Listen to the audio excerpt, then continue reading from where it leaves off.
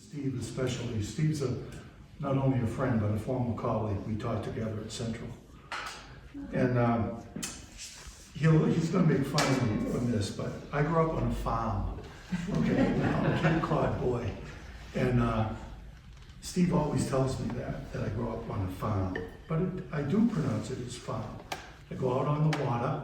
My grandfather was a lobster fisherman. How'd you get there? What's that? How'd you get there? What kind of vehicle? A car. And I parked the car and had to do that. I grew up on the Cape. So this chapbook I wrote about my father. My relationship with an Italian father is problematic to say the least. And working on the memoir, I started thinking about him. He passed in 2010. And I wrote several of these poems to avoid finishing the memoir, which I still haven't finished. I'll think of something else to write about while I do that. So these are all, I haven't read these in public, but I want to read them, and some of them to see how you respond to them, to see how I respond to them, because to read it out loud in front of everyone is important. So the first one has some Italian in it, and I'm going to stop and translate it while I go along.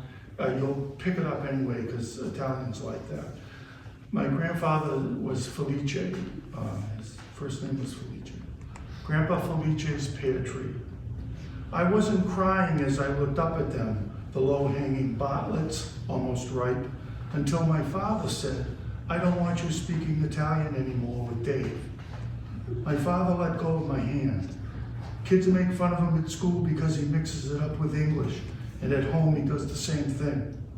Grandpa Felice leaned on his cane. He young, soon enough he know. Differenza tra I due, pazienza. Difference between the two, they have patience. Speak English now, Felice. I want my son to succeed. He's got a funny accent. Grandpa turned to me with a sad smile. I want my grandson to know una lingua bellissima. Someday he'll see Italy, talk to people. I couldn't do that here. You speak country Italian, a dialect. It's not even real. Grandpa exploded, pushed his cane hard into the ground. I began to cry. Alie, why so stupid, huh? Why you hate Italian? Quale ragione, eh? I don't want my son to sound like he just got off the boat. Like me, I paura Alie. There's nothing to be afraid of, only yourself, figlio mio. In America è difficile. The sun slid below grandfather's barn. He reached a low-hanging branch, plucked a pear, cupped my hand around it. He smiled, wiped your face. Felice non più, basta, I mean it. My father spit at the ground and walked home. Grandpa tightened around my shoulders. Grandpa's arm tightened around my shoulders. That's true. As far as I can recollect it, memory's tricky and not to be believed, but that's what I remember. This is called assimilation. My father's name is Alie, A-L-I-E. Many people have thought it was a bastardization of Elio, E-L-I-O, which means Helios, which means sun, or Elia, which is a bastardization of Elio, or Ulysses, which is Ulysses. But it isn't, it's Alie, and it's an old Italian word. They were peasant people, so that's all that I figured out about it. So assimilation. I never heard my father use his real name, Alie. When I asked him his name, he'd recite, it's Alan with 2 L's, Alan Dominic. I took his word as written in stone. His birth record confirms his Italian name, Alie Domenico Cappella. It's a mistake, he claimed. His Italian friends called him Lolly or Lolly when they visited in the barn to gab about animals and weather. My mother, in serious business mode, called him what sounded like lull or lolly.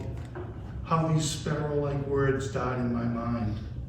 Yet my father's name is Alie. It's not a misspelling of Elio. It's not a typo of Elia. He wasn't named for that trickster Ulysses. My father Americanized his name. I never heard him utter his real one. I'm old, a corn husk, tired of arguing. Allier, the name, unique, mysterious, does not translate into Allen with 2 L's. One night I dreamt I had my father's name. As I strolled along the Via Toledo, an elderly Neapolitan greeted me. He doffed his cupola with a smile, stared into my eyes as he grabbed my arm, and asked, "Allier, come sta in questa bella giornata?" I never told my father about the stream. It was my secret. I treasured its strength. It protected me from the shame I carried. Often, I sing his real name, his whole name to myself, rolling the 10 syllables in my mouth, scanning them. A name so beautiful, yet filled with scorching pain. Okay, this is a 3-part poem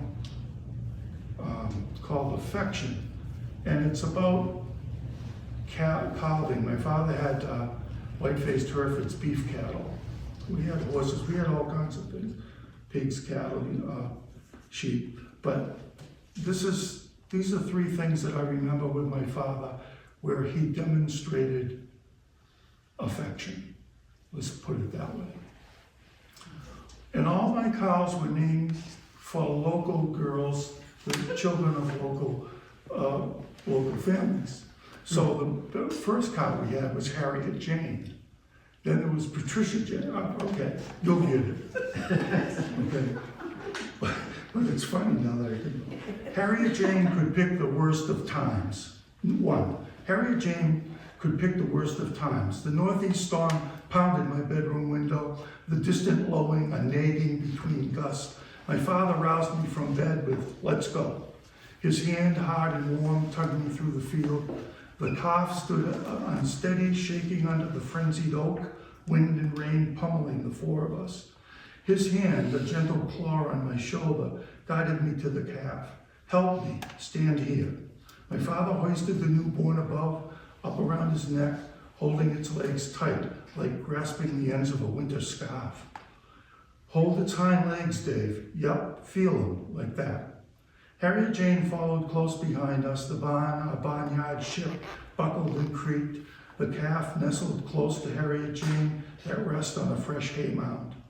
My father held me tight around the shoulders as if I was one more calf. "Go ahead, pet him." My father smiled, gentle, warm as calf's breath. 2. Patricia Jane licked the placenta off the body. The calf's hair gleamed a deep, wet black, as though it had fallen in Brewster's frog pond. I couldn't wait to touch my new pet. When it didn't move and a fly landed on its milky eyeball, I turned to my father. Patricia stopped licking the calf's back. I quietly sobbed and reached out to touch the damp belly hair. My father rested his hand on mine, then set me on a hay bale. "Come on, I'll take you down to the house now." Patricia, head low, faced the barn door. My sadness softened when my father's arm wrapped my shoulders and squeezed me close. I can still smell the hay. 3. One chest-bursting moment with my father brought me as close to him as a hug might have.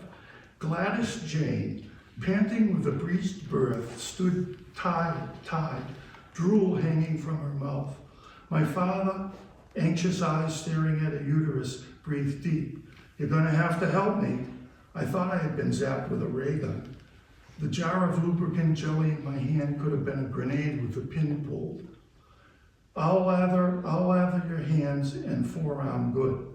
The words hoof, fetlock, hawk, bony, cervix whizzed past me like BB bullets. My hands groping, feeling Gladys Jane's soft lining and the soft bones of the calf.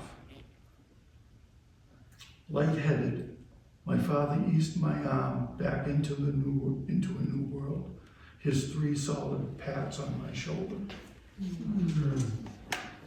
Yeah, that was pretty special. Life and death on the farm. How's time? Because I don't have my 9 out of 15 minutes. 9, You've got 9. 4 minutes left. Oh, No, that's all I'll do. Cleaning the horse stalls. This is the last one. This is a prose poem. Kind of an oxymoron. I never know what a prose poem is. I just, if it doesn't scan and I can't do blank verse, I just put it together and call it a prose poem. Cleaning the horse stalls. You were reading all afternoon. You couldn't take a break. You read and read and read and can't shovel an hour's worth of shit. November sunset light gilds the stalls in a dull orange haze as he leans down toward the floor to heft a forkload of hay and manure. We stand side by side, each to our own patch. Boot to boot, we shovel out load after load. You were supposed to have this done by noontime, home from college, and you can't do a simple chore. I don't have time for this. I gotta fix the fence in the back pasture. It's almost dark, for Christ's sake. Porca miseria. Shadows stretch over the grain barrels, the bathtub trough that needs filling, seep into the tap room where Betty Grable's gams lord over the workbench. Jesus, Dad, I've got to study. I've got to read for next week. I figured I'd clean the stalls later, that's all. In the darkening barn light, my father continues to shovel. What you reading? His face now a shadow, a farm spirit. Philosophy, nothing you'd understand. I turn back toward the shunned task. Without saying a word, he picks up a pile of soft, loose manure bugs with his fork, and in a deft turn, deposits the gift down the inside of my nearest boot. That's it. Didn't start there. I learned my lesson there.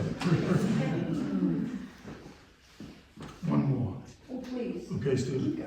This is another pivotal one. This is 1968, and it's when I did not go down and sign up to go to Vietnam because one of my dear friends died. Recruitment. And this is from Walt Whitman's poem, Beat, Beat Drums. And he's an old man trying to encourage people to sign up for the Civil War. So there's a little irony with this. So this is the quote from Whitman. Mind not the timid, mind not weep or prayer, mind not the old man beseeching the young man. That's about the stupidest goddamn thing I ever heard. A crow cawed over in the far oak tree. The cloudless late August sky, dim dark blue. I know Paul's getting killed bothered you. We sat at the edge of the pasture hill Bill and I used for sledding as boys. My father sucked on a piece of straw.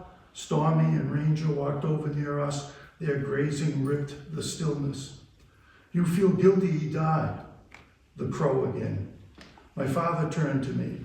So you're gonna go to that hellhole and make things better?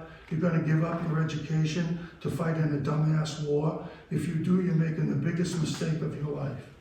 Ranger grazed closer to me. That ripped grass. Your head's up your ass. You think you'd survive over there because you're a farm boy? You'd be dead the first week. The crow lit on the top branch of the oak tree near us. Stormy ambled over to rile Ranger. Hell, you'd be daydreaming or reciting a poem or something, and you'd catch a bullet in your skull. You should hear yourself thinking. The crow clacked its beak. Ranger shook his head, cocked his left ear. My father tossed the straw. Jesus, Dave, if shit was music, you'd be the Boston Symphony Orchestra. My father headed toward the house, I to the barn. The crow flew low toward the barn roof.